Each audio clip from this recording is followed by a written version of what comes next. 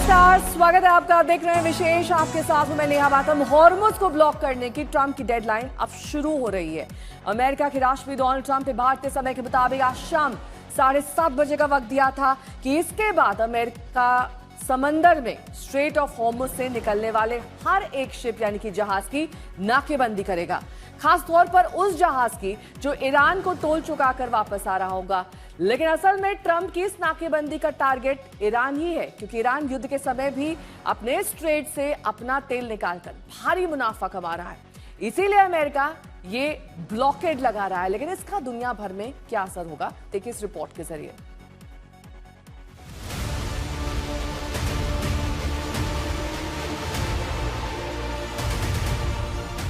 पाकिस्तान में फेल हुई वार्ता के बाद अमेरिका ने हॉर्मुज को बंद करने का ऐलान कर दिया। अब सवाल है कि जो हॉर्मुज पहले से ही बंद है, ट्रंप ने उसे फिर से बंद क्यों किया? क्या अब हॉर्मुज बंद करके ट्रंप सीधे ईरान की लाइफलाइन बंद कर रहे हैं? हॉर्मुज से अब ईरान का तेल भी बाहर नहीं जाएगा, इसीलिए चीन भी तिलमिलाया। ट्रंप ने ईरान का गला घोंटने की पूरी तैयारी कर ली है। अभी तक ईरान स्ट्रेट ऑफ हॉर्मुज को किसी बम की तरह इस्तेमाल कर रहा था, पूरी दुनिया पर दबाव डाल रहा था। लेकिन अब ट्रंप ने उल्टी चाल चल दी है।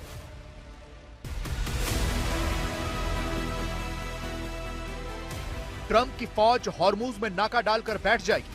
अमेरिकी सेना की ओर से सेंटकॉम ने लिखा है कि यह नाकेबंदी सिर्फ ईरानी बंदरगाहों में आने जाने वाले सभी देशों के जहाजों पर निष्पक्ष रूप से लागू की जाएगी। अमेरिका गैर ईरानी बंदरगाहों से आने जाने वाले जहाजों को नहीं रोकेगा। नाकेबंदी की सूचना सभी जहाजों को पहले दी जाएगी। सभी जहाज नोटिस टू मरीनर्स पर नजर रखेंगे और B2B चैनल 16 के जरिए यूएस नेवी से संपर्क करें। लेकिन सवाल है कि क्यों? आखिर अमेरिका ये क्यों कर रहा है? कहां तो बात हॉर्मुज खुलवाने की थी, तो ट्रंप ही खुद हॉर्मुज को बंद करने पर क्यों तुल गए? ट्रंप उस स्ट्रेट को ब्लॉक करने की बात क्यों कर रहे हैं जो पहले से बंद है? स्ट्रेट ऑफ हॉर्मुज टेक्निकली पूरी तरह से बंद नहीं है। ईरान इस स्ट्रेट से उन टैंकरों को गुजरने दे रहा है जो $20 लाख प्रति शिप का टोल उसे दे रहे हैं। इसके अलावा ईरान ने पूरे युद्ध के दौरान इस इलाके से अपना तेल भी बेचा है। ईरान ने पूरे मार्च भर स्ट्रेट ऑफ हॉर्मुज से प्रतिदिन 18.5 लाख बैरल क्रूड एक्सपोर्ट किया। पिछले 3 महीने में उसने जितना तेल निर्यात किया उससे 1 लाख बैरल प्रतिदिन ज्यादा है। अगर ट्रंप इस स्ट्रेट को बंद करते हैं तो ट्रंप ईरान की सरकार और उसके मिलिट्री ऑपरेशन के लिए बहुत बड़ा स्रोत काट देंगे। यहां सिर्फ ट्रंप इस स्ट्रेट से गुजरने वाले तेल पर नाकेबंदी नहीं कर रहे, बल्कि वो ईरान के उस तेल पर नाकेबंदी कर रहे हैं जिसे बेचकर ईरान युद्ध के लिए साजो सामान जुटा रहा है। युद्ध के दौरान अमेरिका ने ईरान को यहां से तेल एक्सपोर्ट इसलिए करने दिया ताकि ग्लोबल मार्केट में कच्चे तेल के दाम न बढ़े। अमेरिका की हॉर्मुज के ब्लॉकेट की धमकी के बाद IRGC ने जवाबी कार्रवाई करने की कसम खाई है। IRGC ने धमकी दी है कि अगर उनके बंदरगाहों पर कोई आंच आई तो पर्शियन गल्फ और ओमान के समंदर में कोई भी बंदरगाह सुरक्षित नहीं रहेगा। पर्शियन गल्फ में ईरान के बड़े पोर्ट्स मौजूद हैं और इसके अलावा स्ट्रेट ऑफ हॉर्मुज के बाहर ओमान की खाड़ी में भी ईरान का एक बंदरगाह मौजूद है। ईरान का सबसे बड़ा पोर्ट बंदर अब्बास है। यहाँ से बहुत बड़ी मात्रा में पेट्रोलियम पदार्थ, मिनरल्स और स्टील का व्यापार होता है।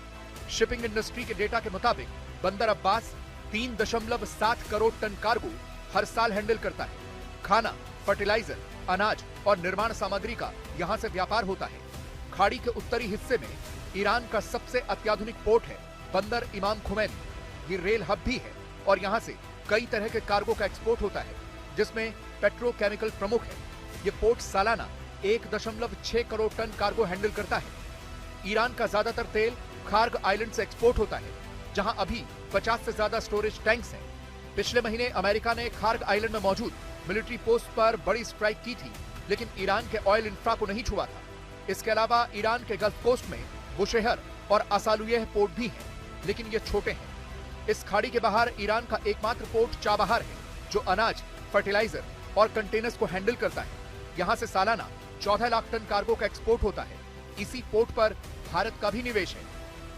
लेकिन समस्या इस बात की भी है कि अगर स्ट्रेट ऑफ हॉर्मुज से कोई जहाज गुजरा तो वो ईरान द्वारा बिछाई गई समुद्री माइंस की चपेट में आ सकता है। जैसे ही ये युद्ध शुरू हुआ तो तुरंत ये खबरें भी आने लगी थी कि ईरान हॉर्मुज स्ट्रेट में माइंस बिछा रहा है। इसी हफ्ते के अंत में अमेरिका के 2 डिस्ट्रॉयर यूएसएस माइकल मर्फी और यूएसएस फ्रैंकी पीटरसन इस स्ट्रेट से गुजरे थे और यह माना जा रहा है कि अमेरिका ने अपने दोनों डिस्ट्रॉयर को भेजकर यह संदेश दिया कि हॉर्मुज स्ट्रेट में कोई भी माइंस नहीं बिछी है। यह कहा जा रहा है कि अगर वहां माइंस बिछी हैं तो उन्हें हटाने का काम अंडर वाटर ड्रोन्स ही करेंगे। तो सवाल है कि ईरान इस स्ट्रेट में किस तरह की माइंस बिछा सकता है। यहां समंदर में ईरान इन्फ्लुएंस माइंस बिछा सकता है जो जहाजों से पैदा होने वाली स्टैटिक इलेक्ट्रिसिटी से फटती हैं। दूसरी तरह की मैग्नेटिक माइंस है जो शिप के गुजरने से पैदा होने वाली मैग्नेटिक सिग्नेचर से रिएक्ट होती है। इसके अलावा अकाउस्टिक माइंस भी बिछा सकता है जो समंदर में चलने वाले जहाजों की आवाज से रिएक्ट होती है। फिर प्रेशर माइंस भी ईरान बिछा सकता है जो जहाजों से चलने वाले दबाव से फट सकती है। कुल मिलाकर हॉर्मुज अब दुनिया के लिए सबसे बड़ा खतरा बन चुका है। कल ट्रंप ने बड़ा ऐलान किया, यूएस नेवी अब हॉर्मुज स्ट्रेट और ईरानी पोर्ट्स को ब्लॉक करेगी।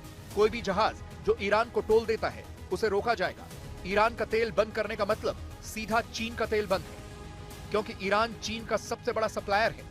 अमेरिका चीन की अर्थव्यवस्था की रीढ़ को निशाना बना रहा है। क्या यह सिर्फ ईरान पर दबाव है या फिर चीन को घेरने की बड़ी साजिश? चीन चुप नहीं बैठेगा। अमेरिका का आरोप है कि चीन ईरान को मैनपैड्स और advance air defence system supply कर रहा है। अगर यह हथियार अमेरिकी विमानों या ड्रोन्स को गिराते हैं तो क्या होगा? चीन के लिए ईरानी तेल बंद होना अपनी अर्थव्यवस्था पर हमला है। 80% से ज्यादा ईरानी तेल चीन जाता है। अब चीन क्या करेगा? अपनी नौसेना को हॉर्मुज भेजेगा या ईरान को और ज्यादा हथियार देगा? चीन का यह विनाशकारी खेल अगर शुरू हुआ तो अमेरिका और चीन के बीच सीधा टकराव तय है। Well, if China does that, China's going to have big problems, okay? Trump ने चीन को नसीहत भी दी, वेनेजुएला से तेल खरीद लो, लेकिन फेयर प्राइस पर। याद है, वेनेजुएला पर अमेरिका ने ऑपरेशन किया, मादुरो को कंट्रोल किया और अब तेल की कीमतें खुद तय कर रहा है।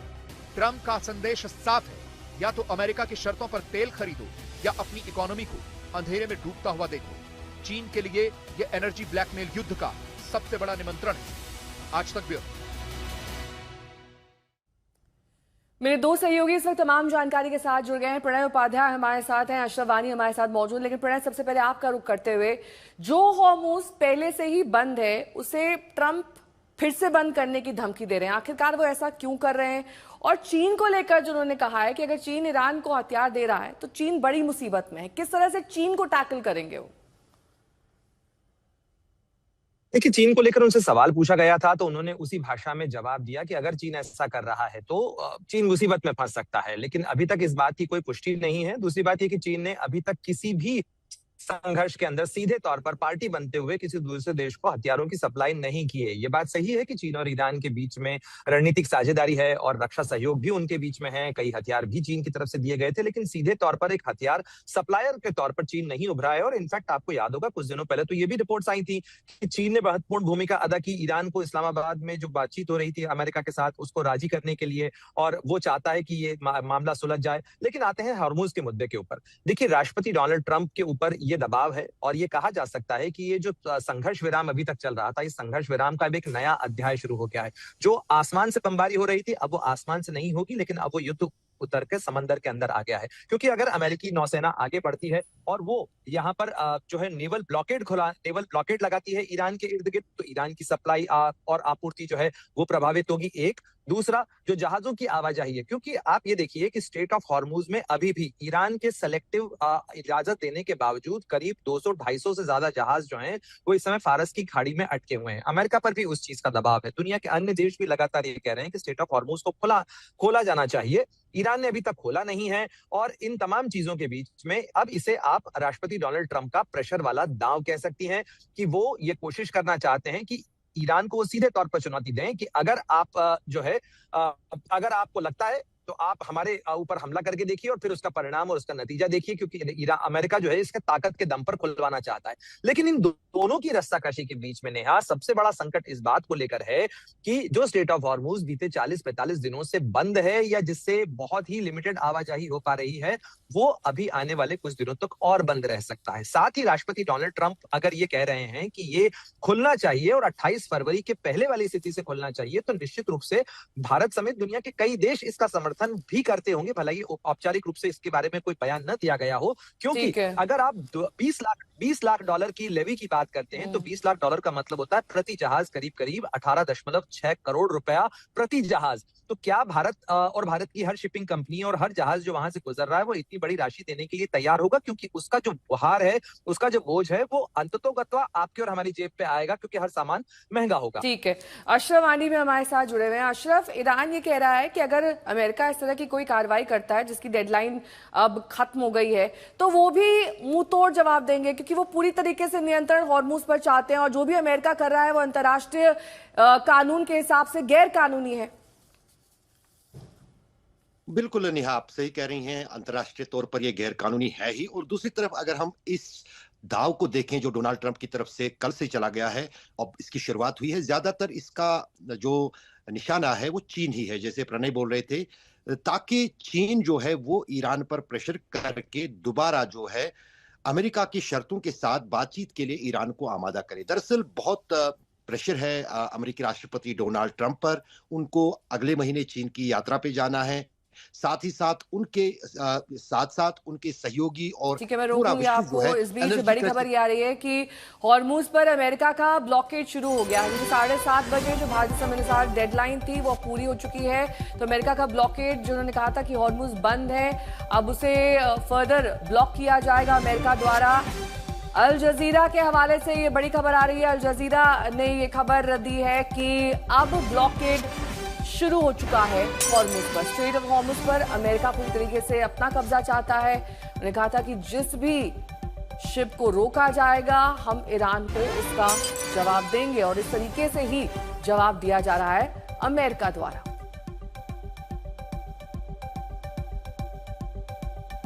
अशरफ, ब्लॉकेड शुरू हो चुका है, इसके मायने क्या है? बिल्कुल नेहा, दरअसल ये तो पहले ही इसकी घोषणा की थी अमेरिकी सेना ने भी और राष्ट्रपति डोनाल्ड ट्रंप ने भी। इसका मतलब ये है कि अगर अब अमेरिका का कोई वारशिप जो है वो स्ट्रेट ऑफ हार्मुज में ब्लॉकेड के लिए चलता है और ईरान की नजर में, खासतौर से आईआरजीसी की नजर में आता है, तो आईआरजीसी उस पर हमला कर सकते हैं, क्योंकि उन्होंने पहले ही आगाह किया था। हमें थोड़ा सा ये समझना होगा, कल भी परसों भी इस तरह की कोशिश हुई थी अमेरिका के नेवल शिप्स की तरफ से माइनस हटाने के लिए। एक जो जहाज है, जंगी जहाज जो है वो समुद्री जहाज निकला था, लेकिन उसकी बनक जो है जो ही आईआरजीसी को हुई उन्होंने उसको वारन किया, जिसकी तस्वीरें भी आईआरजीसी ने जारी की है। और अगर सूत्रों की माने तो आईआरजीसी पूरी तरह से तैयार है, क्योंकि यहाँ पर ये समझना होगा कि ये काफी आसान है यहाँ पर अमेरिका के किसी भी वारशिप को हमला करना। डोनाल्ड ट्रंप कह चुके हैं कि मैंने ईरान की पूरी नेवी खत्म कर दी है, अगर खत्म नहीं तो बहुत कमजोर कर दी है, लेकिन स्ट्रेट ऑफ हार्मुज पर किसी भी समुद्री जहाज को निशाना बनाने के लिए किसी नेवल स्क्वाड की या नेवल की नेवी की जरूरत नहीं है। ठीक है अशरफ, बहुत बहुत शुक्रिया इस तमाम जानकारी के लिए आपका, क्योंकि हॉर्मुज ही वो हथियार है जिसे अब ईरान पूर्ण रूप से इस्तेमाल करने वाला है, और ये भी हम कह सकते हैं कि यही उसका ट्रम्प कार्ड साबित होगा।